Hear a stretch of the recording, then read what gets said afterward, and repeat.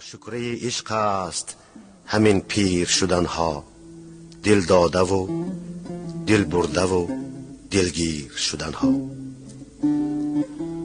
جان داده و جان کنده به جانان نرسیدن، از جان خود و جان جهان سیر شدن ها. تا قله مقصود تپش های روانکاه، آخر بسد افسوس سرازیر شدن ها.